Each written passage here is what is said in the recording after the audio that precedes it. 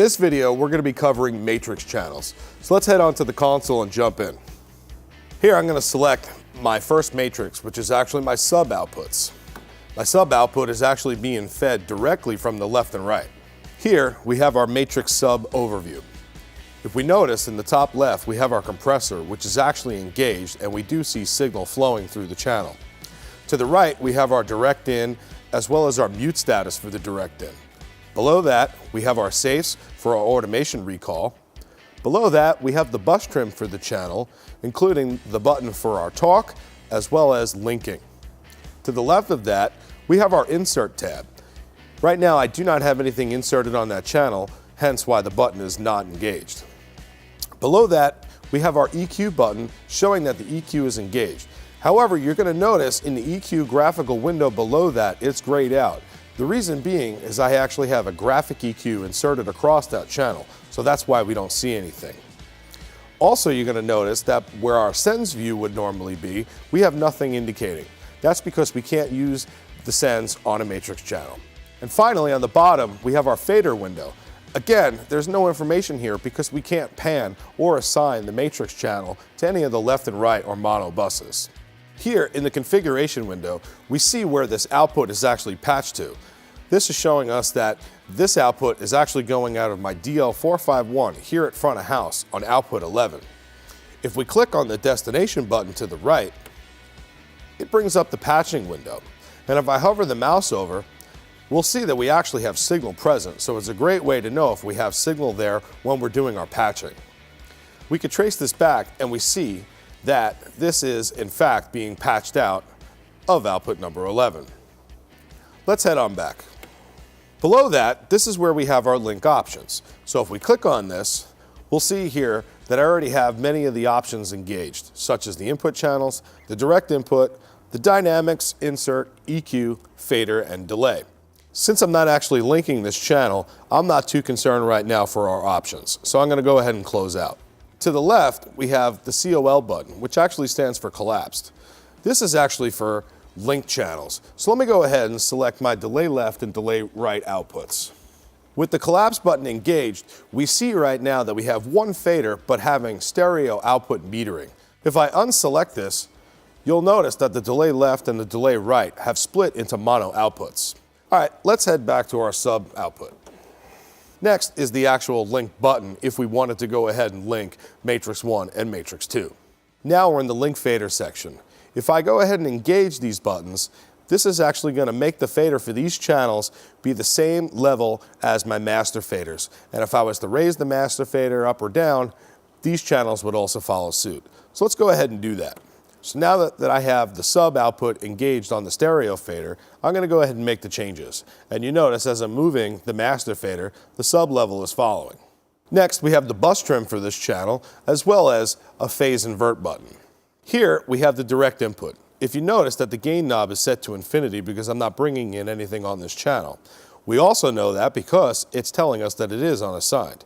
If we wanted to go ahead and assign this, we can click on the source button and it's going to bring us into the patching screen. Right now I'm going to leave this unassigned.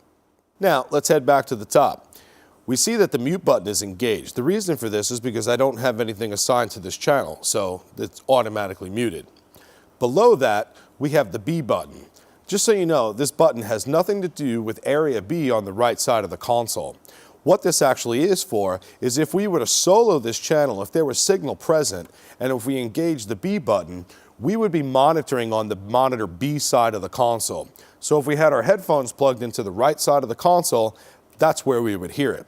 If we had the B button disengaged and we had our headphones plugged in on the left side, we would hear signal coming out of the A monitor bus. And along with that, on the actual console surface, we would see signal either in monitor B if B was engaged, or on monitor A if B was unselected. The input zone button takes the delay compensation off of this that's going to the left and right and would allow separate delay compensation for its output. Finally, we have a pre-button that is located below the direct input. This would basically make the direct input pre-fader. Next is the safes for the automation. Here we can select EQ, automation, dynamics, mute, mic, and fader. In the insert window, We see that there's nothing assigned to this channel right now. But if we wanted to go ahead and assign anything, we can click on the destination or the source buttons to go ahead and do that. By clicking on that, it brings up the patching window, automatically setting us into the insert sends. As we see, the channel is selected, but I don't need anything inserted on this channel at this moment. Now that we're back, and if we had anything inserted for these channels, this is where we can go ahead and bring it in and out of the circuit. Next is the delay. Again, these delays are not in the typical type of delay that you would think where you hear repeats on a vocal. This is actually delaying the time that the signal is leaving the console. Since this is actually a sub feed, this is a great thing to have, especially if you do not have any system processing with you at front of house and if you need to add any channel delay on the subs to align to your main PA. Here we have the processing order button. If we go ahead and engage that, we'll notice that the EQ now is in front of the insert and the dynamics is after the insert. With the button disengaged, we see that the dynamics is before the insert and that the EQ is after the insert. And last, we have the send pan follows channel.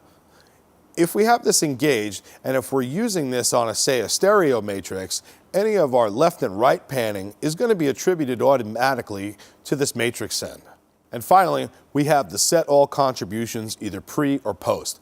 This is a great way to globally assign all the channels for this matrix to be either pre-fader or post-fader. Now we're in the compressor overview window, and as you see, we have the 5 time constants that you would normally expect to find on any type of compressor, such as threshold, ratio, attack, release, and makeup gain. Here, I have the MOR button engaged. This actually stands for more. The best way to explain more is that this makes the compressor a little bit more aggressive and more noticeable to the ear. Personally, I like this type of effect, so I'm going to go ahead and leave that engaged. Next, we have the mode button. This allows us to toggle through the 5 different types of compressors that we have on our console. The great thing about this is once we have our time constants set up, we can then toggle through and actually see and choose which compressor is the best for what we're looking for. Down on the bottom, we have a 3-way selectable knee. Below that, we have our filter section. Currently, I have the filter engaged, and I have the frequency set to 62 Hertz. Below that is the width control. Currently, I'm set to the wide width. If I engage it, you notice that it's narrowing up a bit. And last, we have like a peak type of filter, really dialing in on the frequency. Next is the menu button. If we engage this, this is going to bring up the patching window, so if we wanted to use this and key it in from any other channels, this is where we can do it. Let's head on back. Next is the listen. If we go ahead and engage the listen, it will allow us to actually be able to sweep through and hear precisely the frequencies that we're sweeping to activate the compressor. Next, we see that the compressor is set to internal, which means we don't have anything patched in to key this compressor. If we wanted to patch anything in, just like the menu button, we can click on the source button, and again, it brings us back into the patching window. Finally, we have our gain reduction meters, and we can see that we do have a little bit of compression happening at this time. Here in the EQ overview window, we see that we have a 6-band fully parametric EQ. However, on bands 1, 2, and 6, we have different shapes that we can go ahead and select. So let's start with band 1. Right now, it's set up for a fully parametric EQ. If we press the shape button, we have a shell filter, a 6 dB roll-off, as well as a 12 dB roll-off. For band 2, we have the fully parametric EQ, as well as a 24 dB per octave roll-off. And finally, for band 6, we have the fully parametric EQ, a shell filter, a 6 dB roll-off, and a 12 dB roll-off. To the right, we have the GEQ, which stands for graphic equalizer. Instead of using the 6-band fully parametric EQ, we can insert a graphic EQ across this output. That's personally what I like to do. So if we engage the GEQ button, the graphic EQ is now engaged. As I mentioned in an earlier video, if we press the GEQ button on our advanced mix navigation, you'll notice that the VCAs have now turned into the controls for the graphic EQ. We can simply bank to any frequency section that we need to access to have full control of the graphic equalizer. Here, we have the sends overview. You're probably scratching your head wondering why this is blank. That's because for matrix channels, you can't assign this to any aux sends or any other matrix outputs. And now we have our fader overview page. Here we have the status of the mute and the solos. In between the mute and solo button, you'll notice the B button. Just so you know, this B button has nothing to do with the area B on the right side of the console. What it actually does, if we were to engage the solo, this would route the signal to monitor B on the right side of the console. So if we had our headphones plugged into the right side of the console, this is where we would actually be able to hear that audio. If the B button was disengaged and we had our headphones in the left side, that's where we would hear the audio from. Whether the B or the A button is assigned, we can look up to either monitor B or the monitor A portion to see the metering for the solo. Below that, we have a visual representation of the fader. On the control surface, we have the option of selecting any one of these 3 buttons. By engaging this button, you'll see that any of the 8 channels are now brought down, so we have full fader control of any of the channels. To the left of the fader, we see our VCA and our pop group assignments. If this channel was to actually be assigned to any VCAs or pop groups, we would see a green indication light.